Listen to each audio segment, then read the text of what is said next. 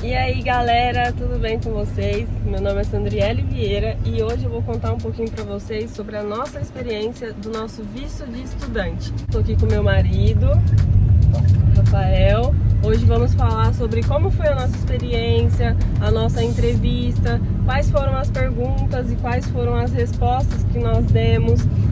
Vou falar um pouquinho também sobre uma das principais coisas que a gente acha que são consideradas como erros na hora da entrevista. Então vem com a gente. Desci aqui para acompanhar ele. Aí você seleciona qual.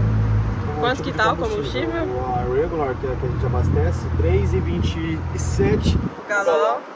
Quantos litros tem o galão? 3,700. Aí só coloca lá. Trava aqui. Vai enchendo aqui, ó.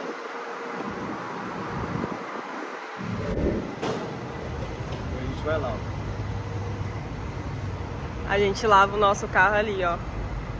Quanto que a gente tá pagando por mês?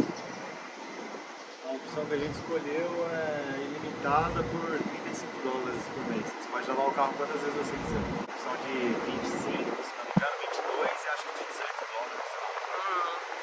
$18. Mas aí essa de 35 é a mais completa, né? Quando a gente limpou o carro ali e não tinha pagado esse plano ainda, quanto a gente pagou? 22, não era? Vamos ver com quanto a gente encheu o tanque. Aí acaba, só $34 a gente encheu o tanque. Pergunta se você quer o recibo. Nunca tem. Eles perguntam, mas nunca tem. Gastamos $34,59 para 10 galões e meio. Dá quantos litros, mais ou menos? Dá uns 37 litros.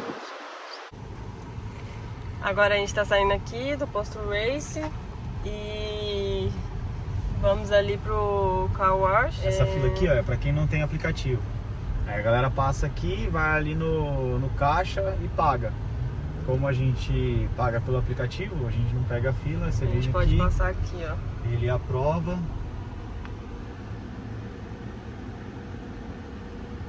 E aí a gente vai.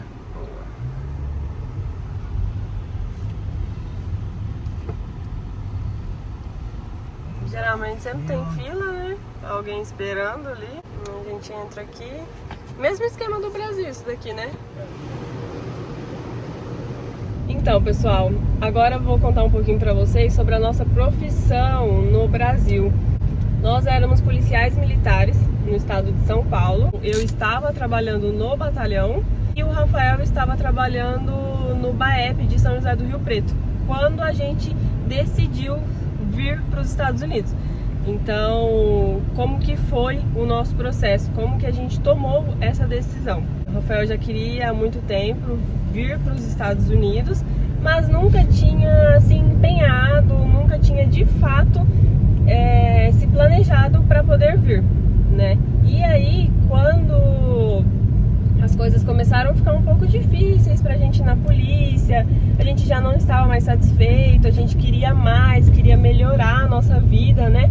Porque apesar de não ganhar mal, sabe, não ganhar tão mal e tal, ter uma certa estabilidade na polícia, a gente não estava satisfeito, a gente não queria mais, né? Foi uma decisão muito difícil, uma decisão assim, né, amor, bem... Levou um tempo pra gente realmente firmar essa decisão, falar assim, olha, é isso mesmo que eu quero. E a gente vai, de fato, começar a se planejar e vamos embora, né, do Brasil. Vamos largar a polícia, etc. Mas, enfim, tem que ser uma coisa muito bem planejada, tem que ser uma coisa muito bem pensada. Na verdade, todo mundo que é funcionário público, ou que tem uma empresa, ou já tem um bom emprego, que tem uma condição já... mais tranquila ali, né? É muito difícil você tomar essa decisão porque você vê a sua carreira, a sua profissão ficando para trás, porque aqui isso não conta nada. Você ter sido um empresário de sucesso no Brasil, você ter sido, sei lá, ter tido uma profissão de destaque no Brasil, aqui não significa nada. Então você começa do zero e tudo que você conquistou no Brasil você vai ficar para trás.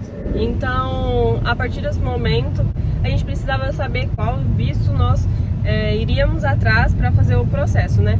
E ficamos em dúvida entre dois vistos, o visto de turista e o visto de estudante. E até que por fim escolhemos o visto de estudante. O que você acha, amor, que foi assim um fator decisivo para a gente poder escolher o visto de estudante? Eu acho que primeiro você saber que o visto de estudante vai te dar tempo suficiente para você se organizar, né? Você vai vir com visto de turista, você sabe que depois de um certo tempo você vai precisar aplicar a extensão do visto de turista e depois você vai precisar mudar para algum outro tipo de visto se você for continuar aqui, né? Se você quiser manter o seu status de uma forma legal. Geralmente o pessoal troca para o visto de estudante, né? Geralmente o pessoal aplica para o visto de estudante, né? Sabendo que provavelmente a gente ia ter que fazer isso no visto de turista, a gente já decidiu tentar com visto de estudante já direto do Brasil. A vantagem, né, que a gente já vem aqui com um período de visto um pouco maior, além da possibilidade de você poder voltar para o Brasil quando você quiser, né, que você vai vir com visto de estudante, né? Você não vai conseguir voltar. E o tempo para a gente conseguir dar entrada no visto. A fila para a entrevista do visto de estudante tava de aproximadamente um mês, né? Mais ou menos isso, um mês e meio. E a fila para a entrevista do visto de turista tava em 1 ano. Então a gente viu o que valia mais a pena. É óbvio que a gente ia gastar um pouco mais com o visto de estudante, né? Mas as vantagens, os benefícios iam ser muito maiores do que o visto de turista. Além da drive, né? Para tirar a carteira de habilitação aqui nos Estados Unidos, aqui na Flórida. Plano de saúde. Tudo é muito melhor com visto de estudante, né? Aqui você sabe que você vai poder chegar aqui e ter sua drive. Então, com visto de turista você não vai conseguir aqui na Flórida. Então, mesmo a gente querendo, nós não sabíamos por onde começar, o que fazer, quais documentos a gente precisava, a gente não tinha nenhuma noção. Então decidimos ir atrás de um advogado de imigração, para ele poder estar nos auxiliando, para a gente poder saber quais documentos a gente ia precisar e para não ficar sozinhos também, né, e fazer alguma coisa errada, enfim. E o primeiro passo que a gente deu foi o nosso passaporte, né? Então uma coisa assim bem interessante também, que às vezes parece muito óbvio pra gente, mas que eu acho bem interessante falar, é a questão dos documentos. No meu caso, eu tive que alterar todos os meus documentos para eu poder dar entrada no passaporte. Portanto, que ontem a gente estava olhando nosso passaporte, a data de validade do passaporte do Rafael é 1 mês antes da minha data de validade. Por quê? Porque eu demorei 1 mês para conseguir tirar o meu passaporte. Ele já agilizou o processo. Pra dar entrada, você demorou, né? Isso, para dar entrada. Você tinha que atualizar o meu nome, o meu sobrenome. O seu nome, mas só que teve que atualizar no RG, título de eleitor, RG, sim. Só na CPF não, CPF. Uhum. Então teve um monte de coisa que você teve que atualizar o seu nome para conseguir dar entrada já com o nome de encartado. Uma coisa muito importante do visto de estudante: precisa-se ser casado. Vocês precisam ser casados para que ou o homem ou a mulher sejam dependentes um do outro. Então, por exemplo, vocês moram junto, têm união estável, mas não sabem que para um ser estudante e o outro ser dependente do estudante, vocês têm que ser casados, senão não pode. A união estável não serve, não pode. Vocês têm que ser casados no papel. É melhor do que você ter que os dois ter que vir como estudante, porque exato. Acaba meio que sendo inviável. Vai ser uma segunda conta, e além de tudo que você vai ter que gastar. Comprovação, para 2 F1, taxa. É melhor gastar para um F1 e outro F2. Exato. E aí, com o tempo, aí, se você quiser estudar também, e aí vocês estudarem, mas a questão é muito melhor vir só como estudante. Até porque você tem o custo mensal da escola e etc, que não é etc. baixo. Tem a carga horária, então... É obrigatório estudar. Tem essa carga horária da escola, é obrigatória. Você não pode falar, não, hoje eu não vou, hoje eu vou descansar, não tem essa. Então fiquem no vídeo até o final, que ainda temos muitas informações para dar para vocês, inclusive do valor que gastamos com o nosso processo. Então depois que decidimos que realmente viríamos com visto de estudante, eu atualizei meus documentos, consegui dar entrada lá no meu pedido do meu passaporte. E aí foi quando de fato a gente contratou um advogado de imigração. E aí, com isso, ele conseguiu nos dar todas as informações, esclarecia todas as nossas dúvidas, porque, como eu falei no começo para vocês, a gente não tinha ideia do que a gente precisava fazer, a gente não tinha ideia de nem por onde começar. Como preencher uma DS 160, que é o documento mais importante de todos os vistos, né? Que é o documento que o consulado, na hora lá, o agente consular, ele vai ter as suas informações de acordo com o que você colocar na sua DS 160. Então, geralmente, algumas vezes as pessoas entram em contradição, né? Na hora que ele pergunta, a pessoa fala uma coisa, sendo que na hora de colocar as informações na DS 160 ela falou outra, deu outra informação. E o primeiro passo dele foi o quê? Entrar em contato com a escola e pedir a nossa I-20. O que é a I-20? A I-20 é o documento do estudante, o documento mais importante do estudante. No nosso caso, como o Rafael é o dependente, porque é assim, né? O F1 e o F2. F1 é o estudante e o F2 é o dependente do estudante. Quem tem direito de ser dependente? O esposo ou a esposa e filho só, né? Só.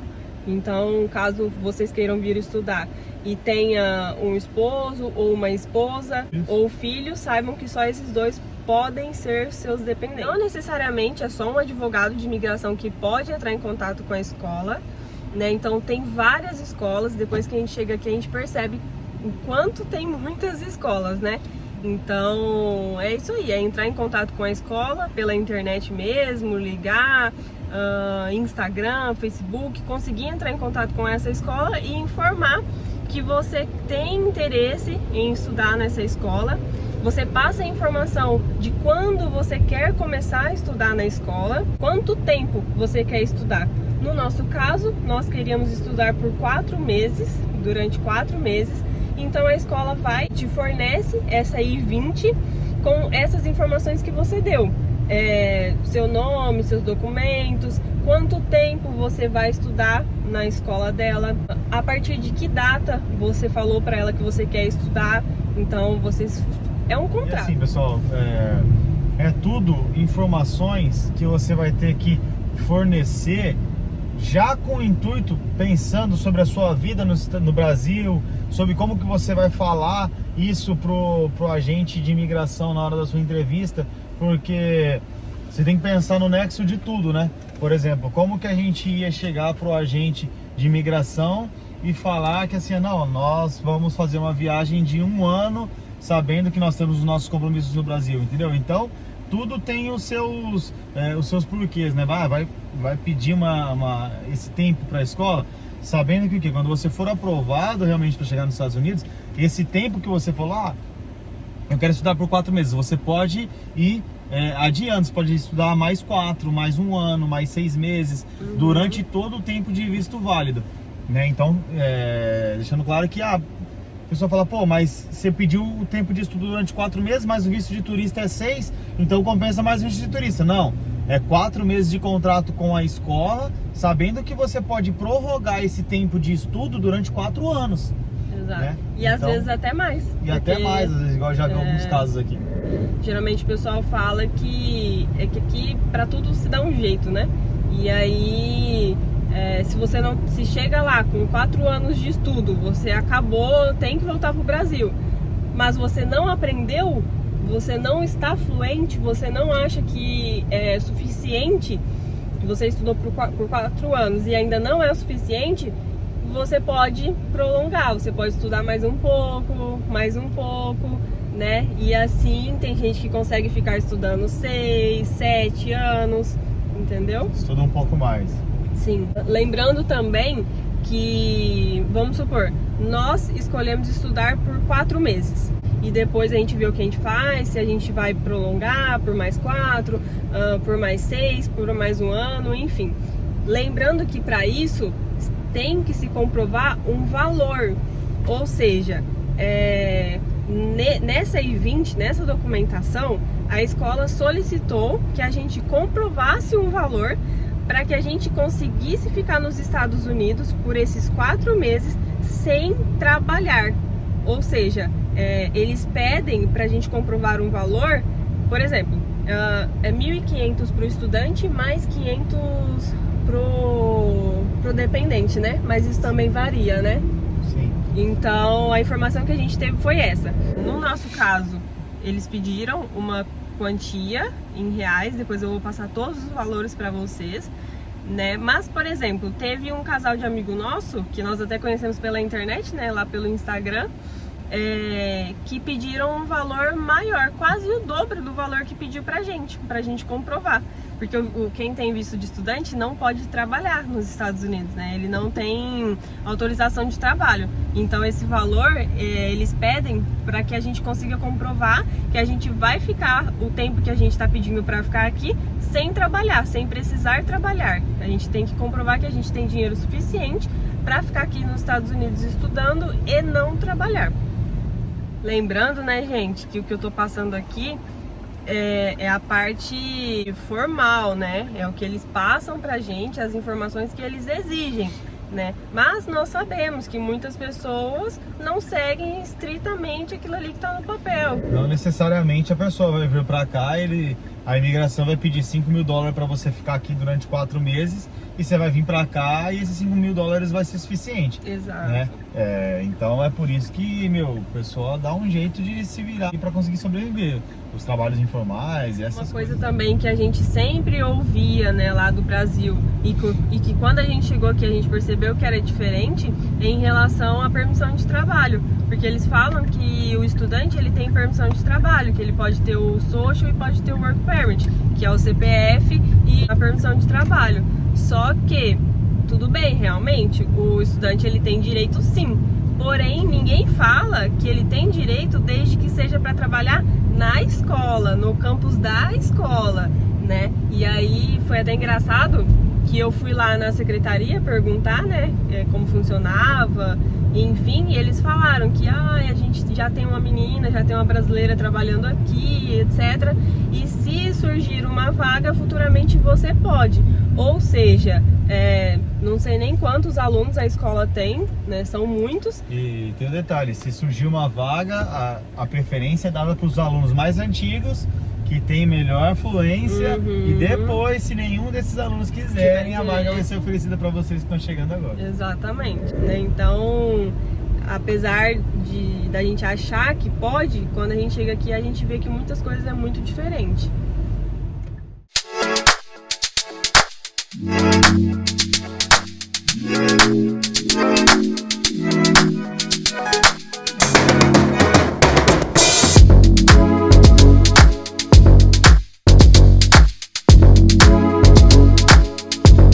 Então foi isso, né?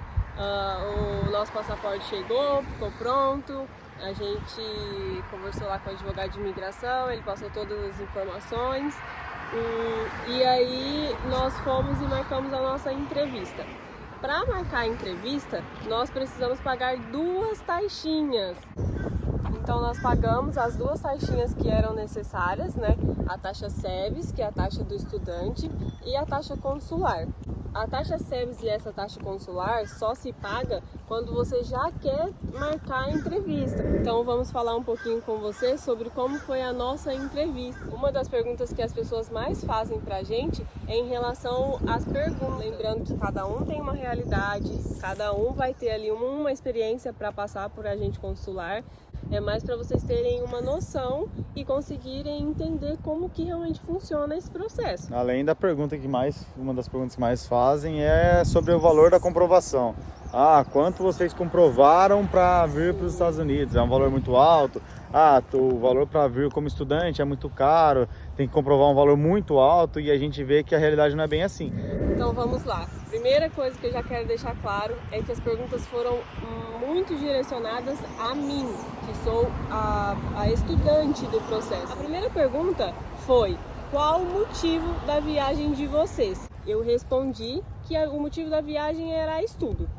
E aí ele falou assim: quanto tempo vocês vão ficar lá? Quanto tempo vocês querem ficar lá? Aí eu falei, eu vou ficar 16 semanas, eu vou estudar por 16 semanas, 4 meses, e ele vai ficar... E eu iria ficar nas primeiras semanas, né, para acompanhar ela nessa adaptação e etc. Nas 2 primeiras semanas, isso, a gente respondeu isso. Na hora foi bem natural, assim, né, e tal, a gente tava ali no clima, então agora é até meio difícil a gente lembrar, a gente teve que ver aqui a conversa que a gente tinha, que a gente tem aqui no nosso celular, a gente contando para as pessoas como que foi a nossa entrevista, para a gente até poder lembrar com certeza quais foram as perguntas que fizeram para nós. A próxima pergunta foi como que a gente encontrou essa escola para a gente poder estar indo estudar lá. A gente respondeu que foi por indicações de amigos, recomendação do Google e pelo site da imigração Studying the States. Eu não lembro qual que é o site agora, depois a gente coloca aqui na legenda. Eu posso colocar na descrição para vocês, não lembro exatamente qual foi o site, mas Studying the States, acho que é alguma coisa assim. E ele perguntou qual era a nossa profissão, ele falou qual a profissão de vocês. E aí eu respondi, como ele estava fazendo perguntas direcionadas a mim, eu respondi, eu sou policial militar no estado de São Paulo e sou estudante universitária de comércio exterior. E aí o Rafael respondeu, eu sou policial militar no estado de São Paulo. Então, quanto a essa pergunta que ele fez, foi essa a nossa resposta, porque era essa a nossa realidade no momento. Como nós passamos a informação que nós éramos policiais militares, a próxima pergunta, ele quis saber referente à nossa profissão. Ele falou, mas e na profissão de vocês? Como vai ficar? Vocês podem ficar esse tempo longe do trabalho de vocês? Vocês têm férias ou permissão para ficar esse tempo fora do trabalho, etc. Aí na hora eu respondi, eu vou tirar uma licença pré-programada do meu trabalho e vou trancar a minha faculdade pelas 16 semanas que eu ficar estudando nos Estados Unidos, e assim que eu retornar, eu vou retornar normalmente para o meu trabalho e retornar também para a minha faculdade. Aí o Rafael eu só falei que estava de férias e... Sim, que ele ia tirar férias de 15 dias, né, que era o tempo, as 2 semanas que ele ia ficar aqui nos Estados Unidos para me ajudar, e depois ele teria que retornar normalmente para o trabalho dele no Brasil.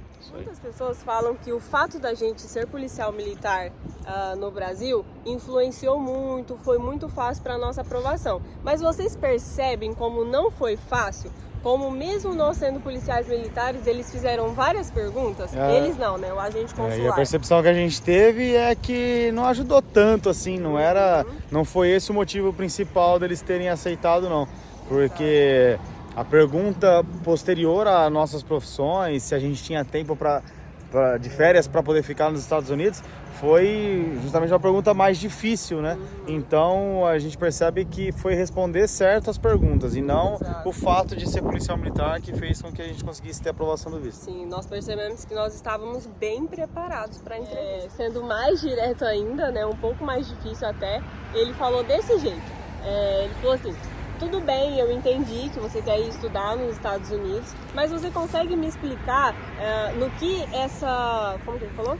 No que esse intercâmbio, no que esses estudos no que essa viagem vai influenciar na sua vida, vai no seu trabalho.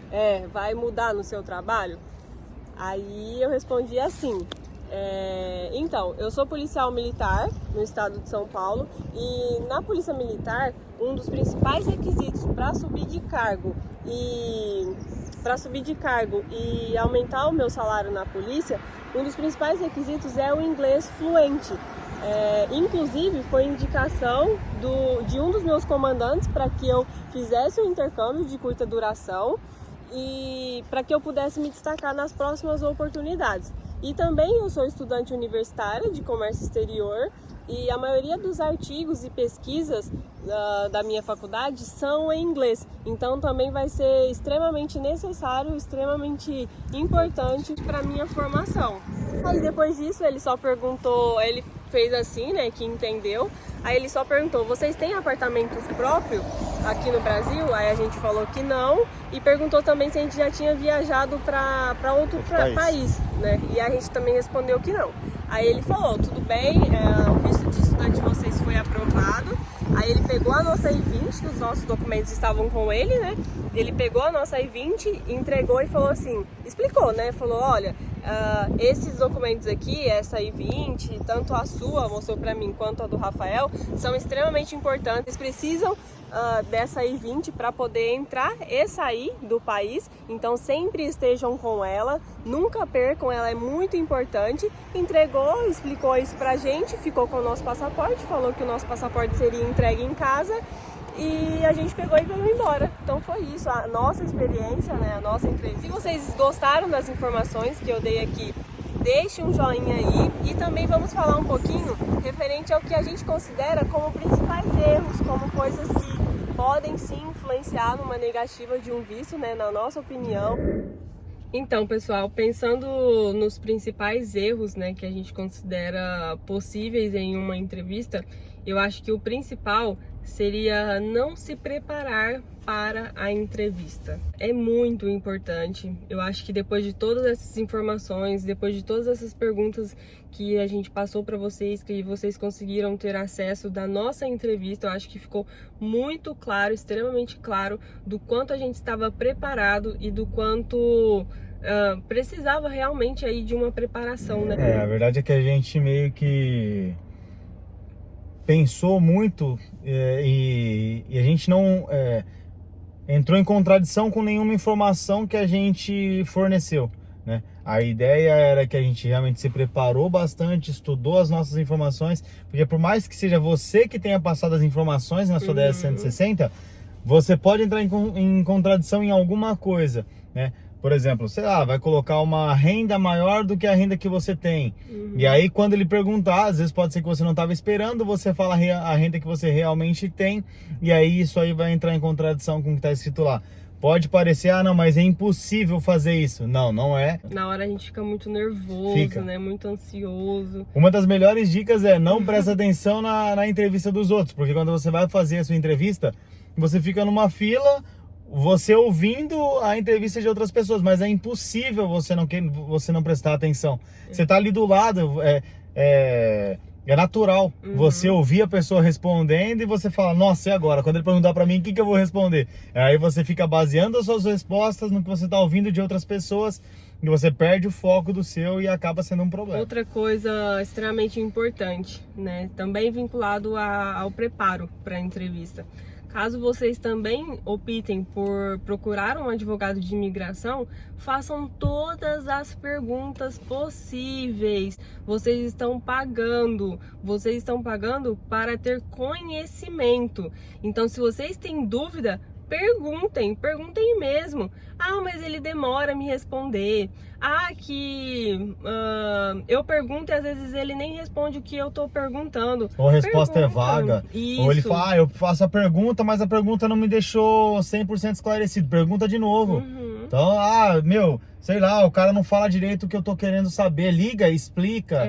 Vai contratar alguém que vai te passar informação sobre entrevista, sobre visto, sobre como fazer, sobre sua DS, sobre o seu I-20, sobre as escolas.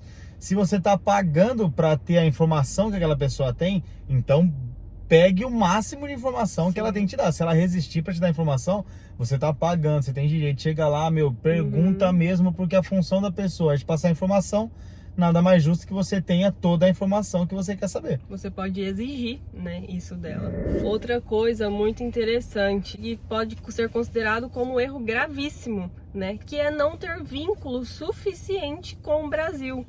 Porque o que se espera de uma pessoa que quer vir para os Estados Unidos é de que ele tenha um vínculo muito forte com o Brasil e de que ele de fato precise voltar para o seu trabalho normal no Brasil, seja o seu trabalho, seja a sua escola. Por exemplo, às vezes você tá vendo eu falar que eu tinha faculdade para servir como um vínculo.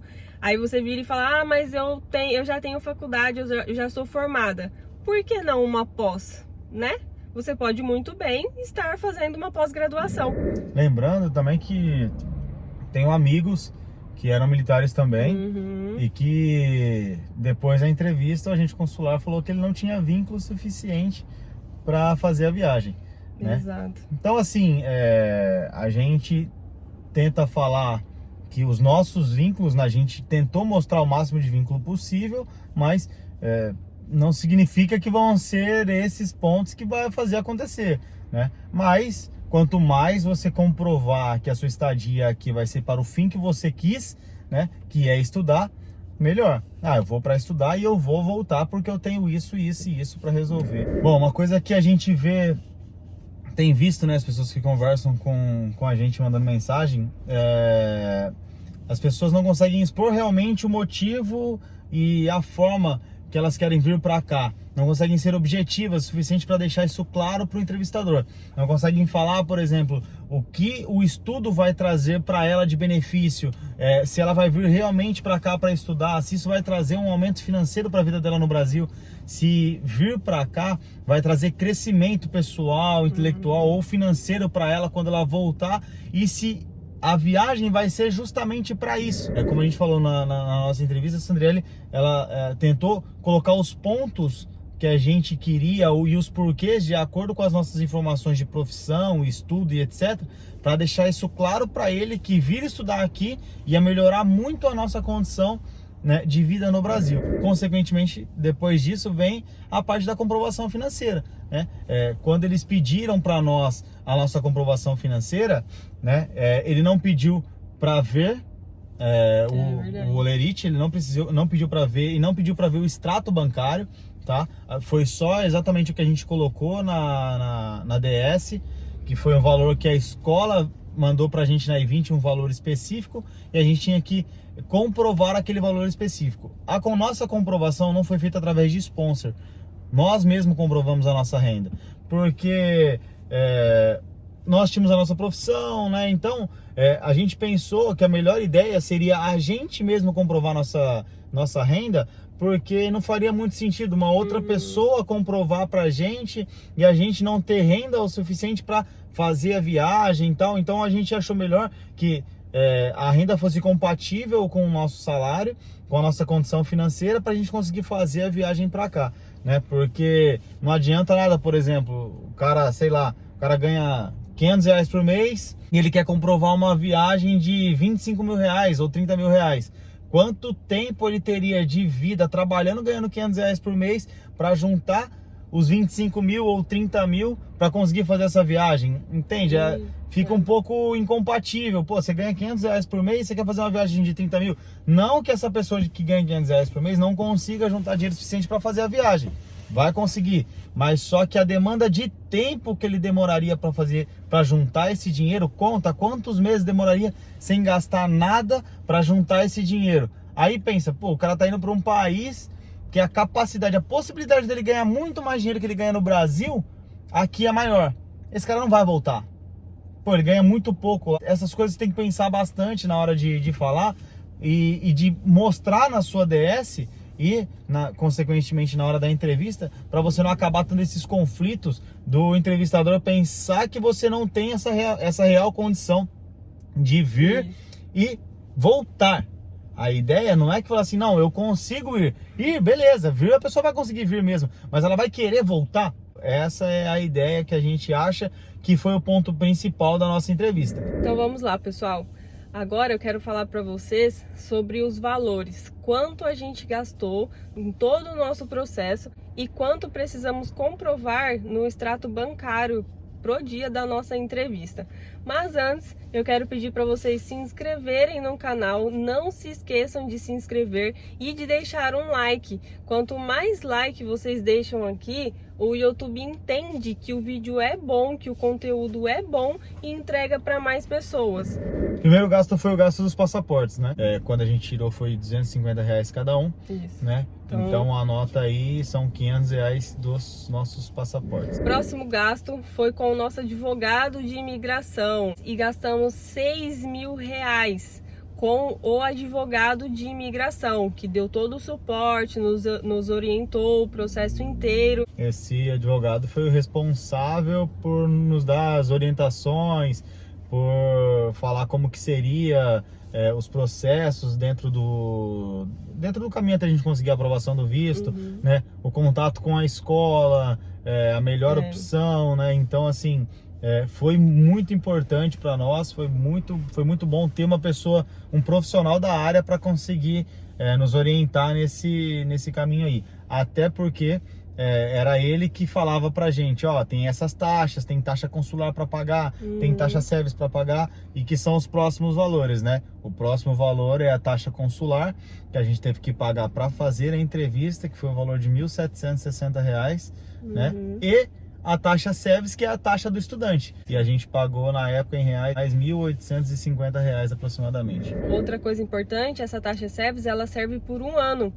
Né? Então vamos supor que você tenha aí a sua entrevista negada, né? O seu visto negado, e você precise remarcar a sua entrevista. Você não vai precisar pagar novamente a sua taxa service, porque ela vale aí por 1 ano. Então dentro de 1 ano, se você tiver que fazer outra entrevista, a taxa service, a taxa do estudante, você não paga novamente. Todos os gastos que tivemos até chegar o principal, que foi a comprovação financeira, foi aproximadamente aí R$10.100, porque nós escolhemos contratar um profissional da área para nos orientar e para nos falar qual seria o melhor caminho para tirar o visto, para ter aprovação no visto de estudante. Lembrando que esse processo de visto de estudante pode ser feito por qualquer pessoa. Se você virar e falar assim, eu não quero contratar ninguém, eu quero fazer do meu jeito, eu vou fazer sozinho, pode fazer, você vai ter um gasto muito menor do que o nosso, né? É que como a gente não tinha noção nenhuma, não dá para falar assim, a gente tinha muita experiência, a gente sabia muito que a gente não sabia.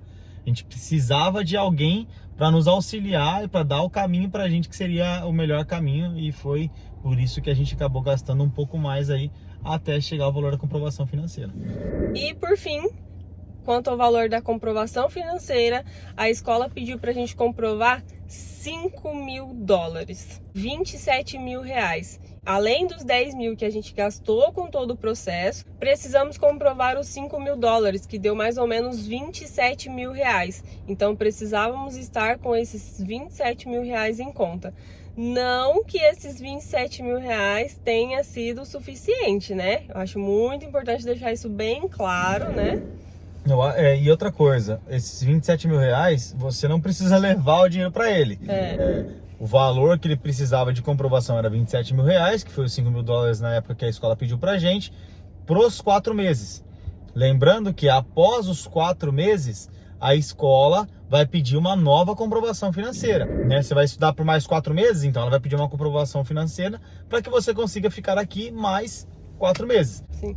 E também não é porque a escola pediu uma comprovação financeira de $5.000 pra gente, quando a gente estava pedindo lá do Brasil, que eles vão pedir só $5.000 quando a gente for pedir novamente. Exato. Tudo depende. Né? A gente sabe que já teve casos de conversar com outros alunos aqui da escola, de alunos que tiveram uma comprovação pedido para 1 ano em cidades próximas aqui, muito maiores do que isso, já o dobro do que pediram aqui pra gente durante 1 ano, né, para fazer a matrícula dessa pessoa. Então, assim, isso varia um pouco, né, mas depende de cidade para cidade. Então a gente ficou sabendo aqui que Orlando é uma das cidades mais baratas para fazer esse pedido. Sim. Então é isso, pessoal. Espero que vocês tenham gostado. Não se esqueçam de deixar um like se vocês gostaram, de se inscreverem no canal, é muito importante, principalmente agora no começo, né?